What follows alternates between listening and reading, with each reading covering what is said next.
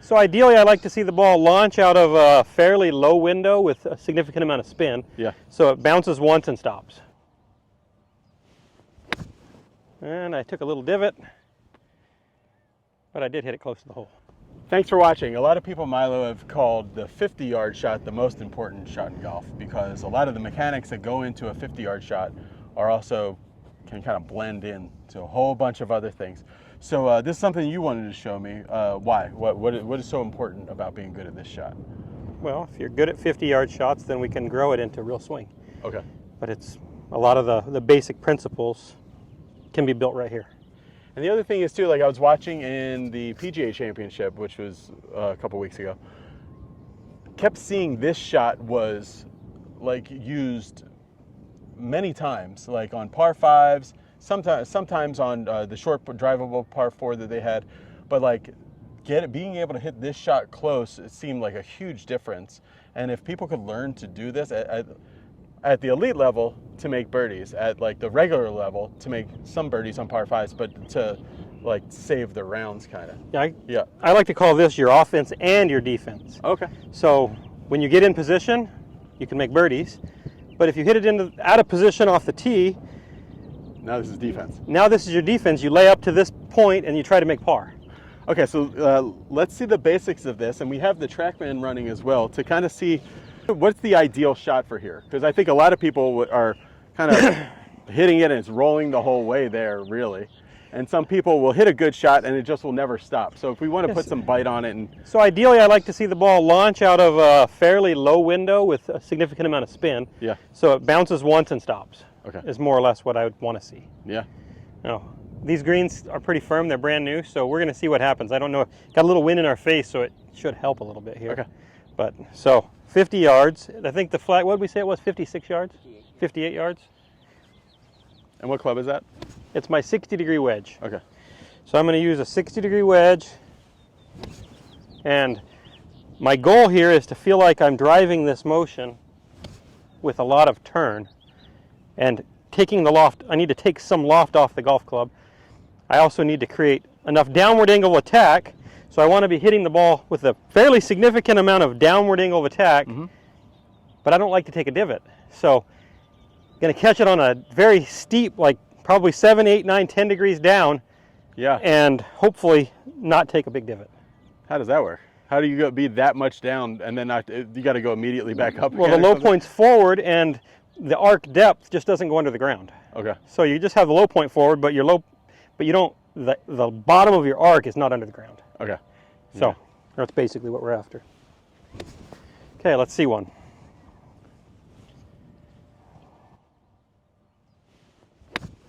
And I took a little divot, but I did hit it close to the hole. That is really good.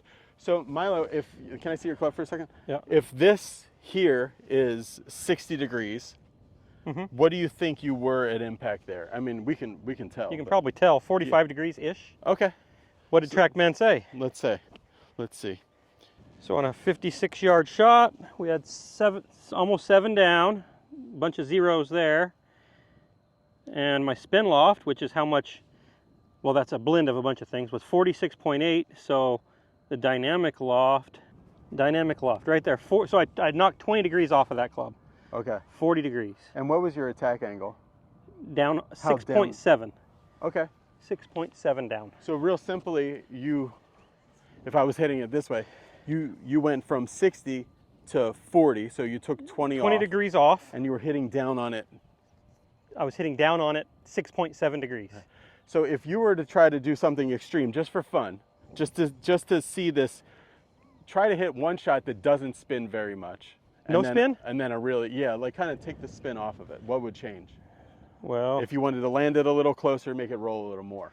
I know that wouldn't be the shot you would hit, but I just kind of want to see. I would play more of a draw type shot. Right.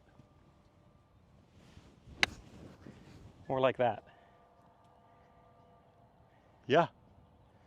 If they didn't have a slope in front of it, that would have bounced forward. Right. Yeah, 62, so they took 1,000 off. Yeah. Now this one I'll spin more. A lot of it's depending on what kind of ball we're hitting here. We got a whole, it's a smattering of different balls. So right. I think the first one was a TaylorMade. This is a Pro V1X, so this one should spin pretty good. So what are you going to do differently to make this really check? To make it spin more, now I'm going to hit a little bit more of a cut. So would that spin loft number be higher on this one? Yeah, ideally if I want maximum spin, the spin loft's probably going to be somewhere between 50 and 55. Okay, yeah.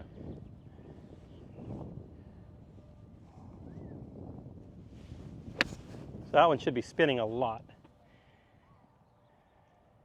Yeah, that's really good. More speed, higher spin loft, more spin. Yeah, that's Almost 9,000 9,000 spin. on a 60-yard carry. It missed a lot of the numbers that time. What was my launch angle? Did it catch it? 25. 25. See, that's a really low launching shot. And same thing, your dynamic loft was the same. It was 40. That's really good. All right, teach me how to do this. Okay. This looks fun and it looks difficult because this is not a lot of grass. I'd be a lot more comfortable there. Then off of this tight one, Then off here. of a downslope. Yeah, there's a couple issues here, but not too bad. So for me, Milo, I think the thing that makes this shot difficult, and is also the thing that makes golf difficult for me, is that I get the pivot and the hands kind of working at different speeds, and then that all has to match up. Yeah. You know, when I see you doing it, it kind of looks like this and this is really together quite a bit. Yeah, so I let my wrists go ahead and load, but then my hands do move together with my chest pretty much. More like that. And that creates, see how it creates a nice flat spot at the bottom? There you go, just like that. Okay. See, that's what I would always do off of this shot. A little thin ball out to the right. Yeah, and then I'm putting from the fringe. It's just like lame. This is not offense or defense. It's Just whatever. Yeah. But I can spank the ground pretty good. It's when I go to hit the ball, it gets a little. There, you got it good.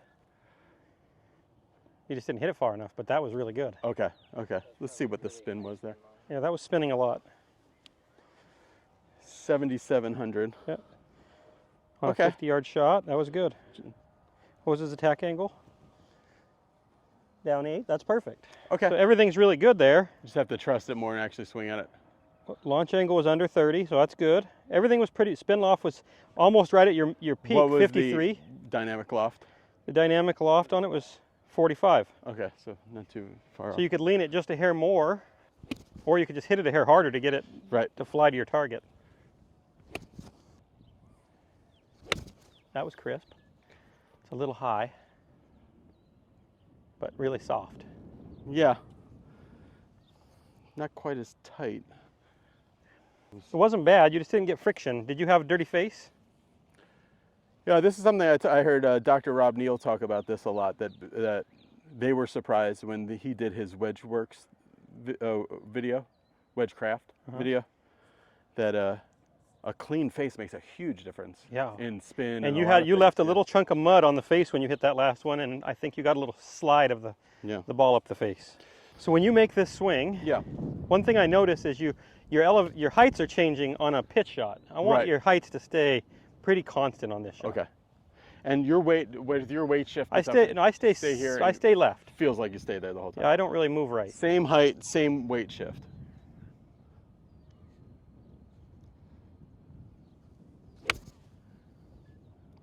Squirting. Toey? I don't know. No, I think I hit it in the face. You hit it good? I think it's something weird It about spun a lot. how down I hit it on it. Yeah, almost 8,000 spin. That was really good. You just didn't hit it far enough. So when you set up Milo, how close do you? I put your feet together. Pretty close. Oh, okay. For this shot, I'm going to See, I stand with my feet not together, but pretty close. Helps encourage you to not shift around a lot. Uh-huh. Okay.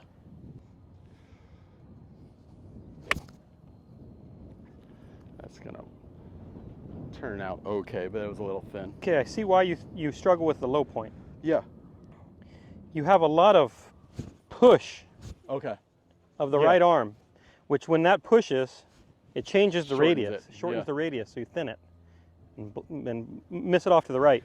Just when you swing it back, just let this just kind of stay to your right and don't push on it. We don't want up and down too much. Yeah. And we don't really want left and right too much. And we want to feel like we're controlling everything with just wind, unwind. And the arms are basically creating a lever and then you're just pivoting into it. Okay. Should be okay. Yeah, that's a good one. That's better. That's a little bit of action. So like if I'm working on this at home or people are working on this shot at home, what should they be trying to do? You should be... 8,000 spin there. Yeah. That was very good. What was this? 23. And dynamic loft? 38. There you go. Those are the right numbers. Lowest today. Yeah. That was your most lean. So I'm gonna want to be like almost feeling like flamingo style, or just like very steady with my weight shift, right? Very steady with your weight shift, but a lot of pivot of the buttons on your shirt. So they've got to turn a lot. That way your hands don't have to do as much. Okay.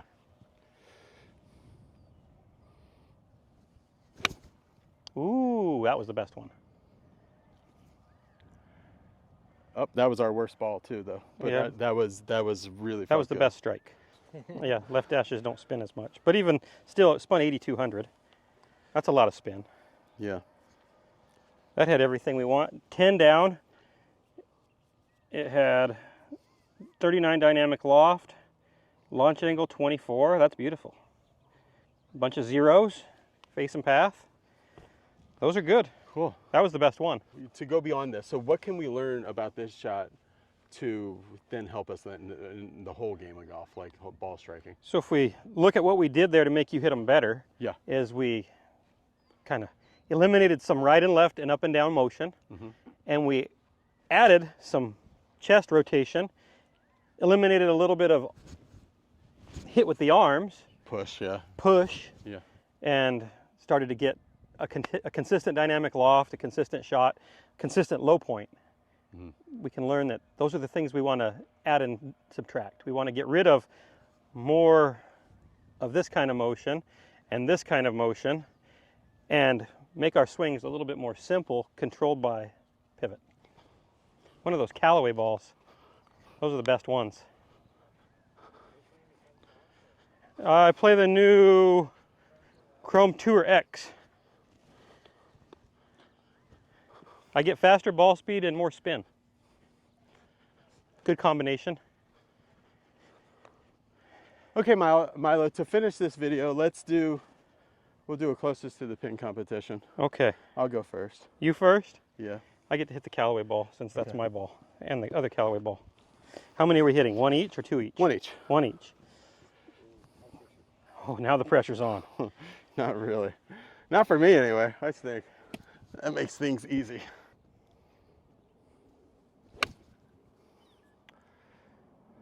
And you hit a pretty good shot out to the right. Yeah, just a little flared. Okay. Ooh, that sounded good. A little short. Okay. All right. Did it have a lot of spin? 75. It wasn't that It much seemed spin. more. Yeah, it just launched a little. That one floated off the face a little bit. Thanks for watching, guys. Milo has his own YouTube channel that you should subscribe to right now. Go over to Milo Lines. If you search that in YouTube, you'll see he puts up new videos every week.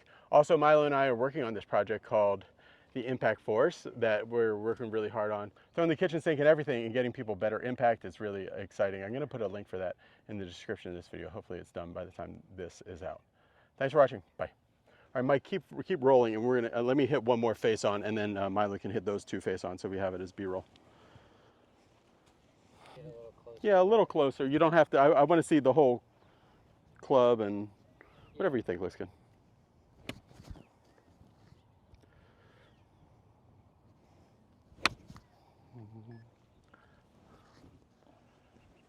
That was it. If it hadn't been a little open-faced, I guess.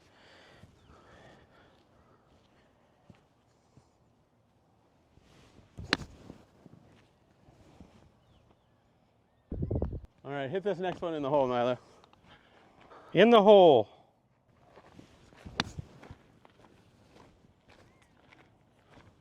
Just long. Hey, I'm here with Milo Lines. He is a professional golfer and one of the best teachers I've ever met for fixing people's impacts. We did something really cool the last couple of days, Milo, and put together this series called the Impact Force. Tell us a little bit about it. So what the series is it's designed to help those who have really been spinning their wheels with The problem will flip. Yeah, they're Probably lifelong flippers. Yeah, one of the most common issues we see. This is the impact force. That might be okay. It's just we don't want to get back into this area here. You're not going to see them hitting it with their handle back by their right leg in this shape. It's going to be more in line at impact. What's the advantage here? It's like the head, if it kicks out on its own, it wobbles more? Or? It becomes unstable. Oh, okay. You're no longer really accelerating it. It is now done accelerating. It's doing its own thing. When you're still towing it to some level, it's still stabilized in space.